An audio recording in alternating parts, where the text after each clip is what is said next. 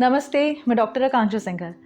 Generally हम अपनी बेटियों को ये तो सिखा देते हैं कि आपको किस तरह से बिहेव करना चाहिए दूसरों के आगे, किस तरह से बोलना चाहिए, किस तरह से चलना चाहिए, क्योंकि आपको आगे जाके किसी और घर में जाना है, किसी और घर में शादी होगी या फिर ज़माना बहुत ख़राब है। इस वजह से आपको तौर तरीके आने चाहिए।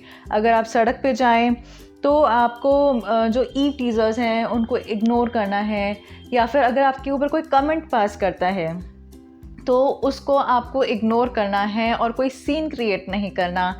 इवन अगर कोई भी ऊंच नीच भी हो जाती है तो भी हम लड़कियों के ऊपर उंगली उठाते हैं कि देखो ऐसे कपड़े पहन रखे थे, इस वजह से तो ये सब हुआ, या फिर इतनी देर रात तक बाहर थी, क्या कर रही थी ये, इस वजह से तो ये सब हुआ। तो हम कहीं ना कहीं बेटियों को तो सिखाते रहते हैं कि आपको कब आना है, कब जाना है, बट क्या आपने कभी बेटों के साथ बैठ के काउंसलिंग करी है कि अपनी अपोजिट जेंडर यानी लड़कियों के साथ किस तरह से बिहेव करना है, उनको रिस्पेक्ट देना कितना ज़रूरी है, कब आना है, कब जाना है, या कोई और चीज़ की काउंसलिंग, कैसे बिहेव करना है आपको दूसरों के आगे। तो आज हम इस वीडियो में ये समझेंगे कि ये सब चीज़ें लड़कों को सिखानी क्यों ज़रूरी है, यानी बेटियों के साथ बेटों की भी काउंसलिंग करनी क्यों ज़रूरी है। पर आगे बढ़ने से पहले इस चैनल को ज़रूर सब्सक्राइब करें, क्योंकि ऐसी ही ढेर सारी वीडियो का नोटिफिकेशन आपके पास सबसे पहले आ सके।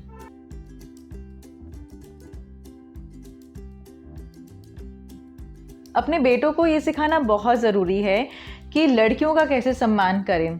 अगर आप सड़क पे जा रहे हैं तो उनको छेड़े ना, कोई कमेंट पास ना करें या उनका पीछा ना करें। अगर आप स्कूल में पढ़ रहे हैं या ट्यूशन जा रहे हैं तो लड़कियों के साथ कैसे बिहेव करना चाहिए या फिर उनके साथ कैसे बात करनी चाहिए। मुझे ध्यान है कि जब हम बहुत छोटे छोटे थे और मेरे और मेरे भाई के बीच में कभी लड़ाई हो जाती थी तो पापा हमेशा भाई को ये समझाते थे कि लड़कियों की इज़्ज़त कैसे करते हैं, उनका सम्मान कैसे करते हैं, और आपको कभी लड़कियों पे हाथ नहीं उठाना चाहिए। तो आप ये सारी चीज़ें बचपन से ही लड़कों को सिखाना शुरू करें। हम ये सोचते हैं कि ठीक है, जब बड़ा होगा अपने आप ही सीख जाएगा या फिर बड़ा होएगा तब हम उसको सिखा देंगे, पर ऐसा नहीं होता। बचपन से ही आप इन चीज़ों को समझाएंगे उनको तो वो बचपन से ही अपना जो एटीट्यूड है लड़कियों के प्रति वो उसी तरह से बना के रखेंगे। तो ये सब चीज़ें आप उनको सिखाएं। अक्सर ये देखा गया है कि बेटियों को आवाज़ लगाई जाती है घर के कोई भी काम के लिए, पर बेटे टीवी के आगे बैठे रहते हैं। अगर आप भी अपने बेटों से काम नहीं कराते हैं और बेटियों को इन्वॉल्व करते हैं घर के काम में तो ऐसा ना करें, क्योंकि ऐसा करने से वो आगे जाके गैर जिम्मेदार तो हो ही जाते हैं, साथ में वो खुद भी अपने दिमाग में कैटेगराइज कर लेते हैं कि ये काम तो हमारा नहीं है, ये काम तो लड़कियों का है, वही करेंगे। जैसे कि अगर घर में कोई गेस्ट आए हैं तो आप उनको भी इन्वॉल्व करें कि बेटा ज़रा पानी पकड़ाना या उनको ज़रा ये पकड़ा कर आओ। तो इस तरह से आप अपने बेटों को घर के काम में इन्वॉल्व कर सकते हैं।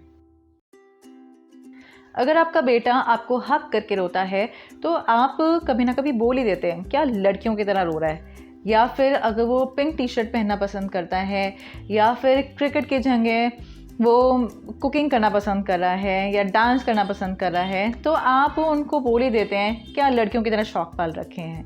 अगर आप इन वाक्य का चयन करते हैं तो प्लीज़ कृपया करके ऐसे शब्द ना बोलें, क्योंकि आप कहीं ना कहीं बचपन से ही उनके दिमाग में ये डाल रहे हैं कि लड़कियां तो इन्फीरियर होती है लड़कों से, या फिर लड़कों के शौक अलग होते हैं लड़कियों से। तो कहीं ना कहीं उनका मेल ईगो जो है वो इंक्रीज़ होना शुरू हो जाता है। तो इन सेंटेंसेस से कहीं ना कहीं आप बचपन से ही उनका मेल ईगो इंक्रीज़ कर रहे हैं। इस वजह से आप ऐसे शब्द ना बोलें, यानी कि आप उनको लड़कियों से तुलना ना करें। इवन अगर आपको लगता है कि कुछ कैटेगरी आपने बना रखी है कि भाई ये वाले काम लड़कियां करेगी और ये वाले काम लड़के करते हैं, तो अगर आपका बेटा उन लड़कियों वाली कैटेगरी से कोई काम करता है, जैसे कुकिंग हो गया, इंटीरियर डिज़ाइनिंग हो गया या फिर डांसिंग हो गया, तो उनको भी ना रोकें। जैसे कि अगर शेफ़ संजीव कपूर कुकिंग नहीं करते, अगर उनके पेरेंट्स पहले से ही उनको मना कर देते, नहीं नहीं ये तो लड़कियों वाले काम है कुकिंग करना, लड़के थोड़ा ना करते हैं, तो आज वो पद्मश्री से सम्मानित नहीं होते। या फिर बिरजू महाराज अगर डांस का चयन नहीं करते तो वो पद्म विभूषण से सम्मानित नहीं होते। इस वजह से डोंट कैटेगराइज कि लड़कियों के काम है और लड़कों के काम है, और बेटा आपको ना लड़कों के शौक़ पालने हैं, आपको ना लड़कियों वाले काम नहीं करने, ऐसा ना करें। सोसाइटी ने लड़कों के नियम अलग बनाए हुए हैं और लड़कियों के नियम अलग बनाए हुए हैं। लड़कों को हम ये सिखाते हैं बी स्ट्रॉन्ग, बी टफ, रोना नहीं है, और लड़कियों को ये बताया गया है कि बी डिफेंसिव, कोई भी चीज़ हो जाए जस्ट इग्नोर इट। तो जब हम छोटे बच्चों की बात करते हैं, यानी कि 12 साल से छोटे बच्चे, तो बच्चे ही होते हैं। उनका चोट लगना, डरना या रोना, मम्मी को याद करना, उनको हग करके रोना, ये तो बेसिक रिस्पॉन्स होते हैं। और उस टाइम पे जब आप अपने लड़कों को सिखाते हैं कि बी स्ट्रॉन्ग, बी टफ, तो उनका जो डर है वो बस अंदर ही रह जाता है। आपको वो दिखाते नहीं हैं कि यार मम्मा कैसे कहेगी कि क्या कमज़ोर हो गया है, मैं तो स्ट्रॉन्ग हूँ, मम्मा के आगे नहीं रोना है, मम्मा को नहीं दिखाना कि मैं डरपोक हूँ। बट वो कहीं ना कहीं अंदर डर उनके रह जाता है, और जब वो बड़े होते हैं तो वही वो एग्रेसिव हो जाते हैं। क्योंकि आपने आसपास के जितने भी एग्रेसिव लोग देखे हैं, ज़्यादातर वो अपनी कमज़ोरी छुपाने के लिए एग्रेसिव होते हैं। तो इसी वजह से वो बच्चे एग्रेसिव हो जाते हैं। इसीलिए आपको हमेशा ये नहीं सिखाना कि बी स्ट्रॉन्ग, लड़के हो, बी टफ, रोना नहीं है, नहीं, बल्कि आपको ये सिखाना है कि अगर आपको डर लग रहा है तो उसका कैसे सामना करना चाहिए। या फिर अगर आपको कोई भी इमोशंस आ रहे हैं, you can express your emotion in front of me. अगर आपको रोने का मन कर रहा है, कोई बात नहीं, इट्स ओके, आप मुझे हक करके रो सकते हैं। अगर आपको डर लग रहा है तो it's okay, this is a human tendency, this is a nature, सबको डर लगता है। तो आपको उनको ये सिखाना है और डर के ऊपर काबू पाना सिखाना है, डर से भागना नहीं सिखाना। कई बार स्कूल में बच्चे खेलते खेलते आपस में झगड़ बैठते हैं और इसी बीच उनके बीच में मारपिटाई भी हो जाती है। तो कई बार आपका बेटा हो सकता है पीट के आए और कई बार हो सकता है पिट के आए। जब वो पिट के आए तो हमेशा उसको वॉयलेंस का बढ़ावा ना दे कि तू कैसे पिट के आ गया, तुझे तो पीट के आना चाहिए था। तो इस तरह के फिज़िकल वॉयलेंस का बढ़ावा ना दें, क्योंकि अभी तो हो सकता है आप उसको ये सिर्फ स्कूल के लिए सिखा रहे हैं, बट आगे चल के वो इनोसेंट के ऊपर भी हाथ उठाते हुए हिचकिचाए नहीं। इसकी जगह आप स्कूल के प्रिंसिपल या क्लास टीचर से बात करें या फिर दूसरे बच्चे के पेरेंट्स से बात करें। ऐसे स्टेप लेने पे आपके बच्चे का आपके ऊपर भी कॉन्फिडेंस इंक्रीज़ होगा।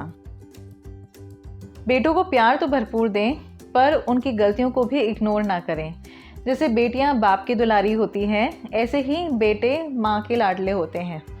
और इसी वजह से हमने देखा है कि बहुत सी मदर्स अपने बेटों की गलती या तो छुपाती है या उनको इग्नोर करती हैं, और इसी वजह से उनको बढ़ावा मिलता है, बेटों को बढ़ावा मिलता है वही गलती रिपीट करने का।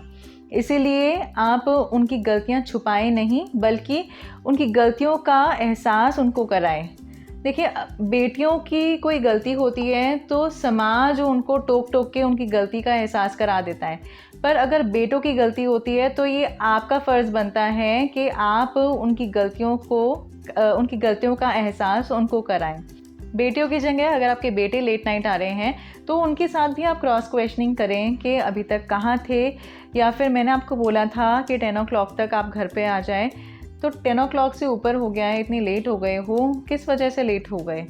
इसकी वजह से वो सतर्क भी रहेंगे, उनके माइंड में रहेगा कि अगर हम लेट हो गए तो मेरे पेरेंट्स मुझसे क्वेश्चन करेंगे कि इतनी देर कहाँ लगा दी। तो इस तरह से आप उनकी गलतियों का एहसास भी उनको कराएं। आजकल की सोसाइटी में बेटियों के साथ साथ बेटे भी फिज़िकल या मेंटल हरासमेंट का शिकार हो सकते हैं। अगर आपका बेटा आपसे कोई प्रॉब्लम डिस्कस करना चाह रहा है या आपको लगता है कि वो किसी प्रॉब्लम में है और वो छुपा रहा है आपसे कुछ ना कुछ, तो आप उसके साथ बैठ के उस प्रॉब्लम को डिस्कस करें अगर आप अपने एंड पर उस प्रॉब्लम को सॉल्व कर सकते हैं तो करें, लेकिन अगर आपको लगता है कि इसमें चाइल्ड हेल्पलाइन या फिर पुलिस को इन्वॉल्व करना बहुत ज़रूरी है तो वो भी इन्वॉल्व करते हुए ना कतराएं, क्योंकि आज अगर आप चुप हो गए या आपने अपने बेटों को चुप कर दिया तो इसका सीवियर इम्पैक्ट फ्यूचर में भी उनकी लाइफ पे हो सकता है। तो ये थी कुछ ऐसी चीज़ें जो कि आपको अपने बेटों की परवरिश करने में ध्यान रखनी है और साथ ही उनको एक अच्छा नागरिक बनाने में मदद करती है। ऐसे ही कुछ वीडियोस पाने के लिए इस चैनल को सब्सक्राइब करें, इस वीडियो को ज़्यादा से ज़्यादा शेयर करें, लाइक करें और कमेंट करना ना भूलें। तब तक के लिए धन्यवाद।